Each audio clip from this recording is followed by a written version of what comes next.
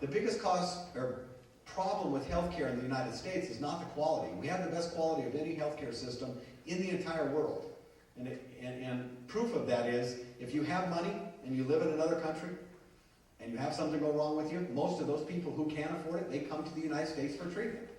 Okay, that just tells you that, like people from Canada, you always hear about the great Canadian system. Okay, well, the Prime Minister from Canada went to Florida for his heart surgery.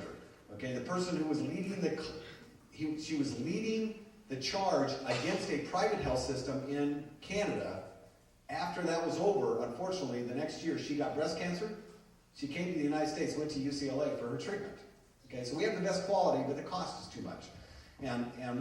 That's just one way, is to be able to buy insurance across state lines, but you also, small businesses should be able to join together for purchasing power, to be able to compete with large businesses, get like a volume discount. We need small businesses to be able to join together. They're called small business health plans.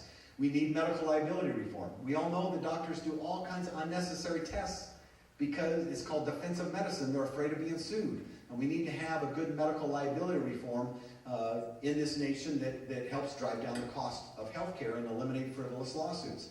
And then lastly, and I think this is the most important, there are other things to do, but this is probably the biggest, would drive down health insurance costs the most of anything. Right now, it costs about $1,500 a year to insure a smoker than it does a non-smoker. Somebody who's obese versus somebody who has a proper body weight, same kind of thing. It's about $1,500 a year. If we, just like you know how you get a good driver discount on your auto insurance? If we gave a healthy behavior discount on your health premiums, encourage people to live healthier lifestyles, you don't penalize somebody for genetics, but you reward them for things that they can actually control. We would lower the cost of healthcare dramatically in this country because we lower the amount of money people are spending on healthcare. If you're healthier, you spend less money on healthcare. Well, Safeway did this a couple of years ago. They did this about 5 years ago. They instituted this program. Their healthcare costs are 40% less than compared to the rest of the country. 40%. That's a huge savings. Remember, we spend almost $2 trillion a year in this country on healthcare. You lower the cost by 40%, you've saved a lot of money.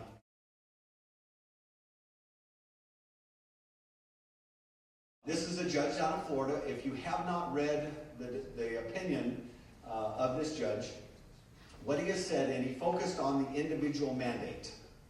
The individual mandate says that if you exist as an American, you must buy health insurance. First time the Congress has ever tried to do something like this. I believe it is completely outside of the constitutional limits, constitutional powers of the Congress. I raised the constitutional point of order when we were debating this bill. It was defeated, unfortunately, along party lines. But this judge, if you want to read a good defense of the Constitution and what the enumerated powers are, this judge gives an excellent, it's a 70-page summary that he writes. I think it's excellent, it's really well researched, well written, good authorship in there.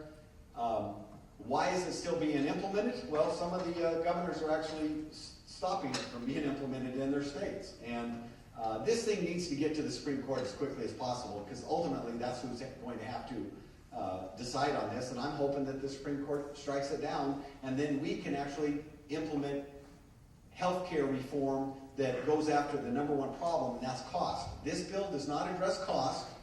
It actually increases cost.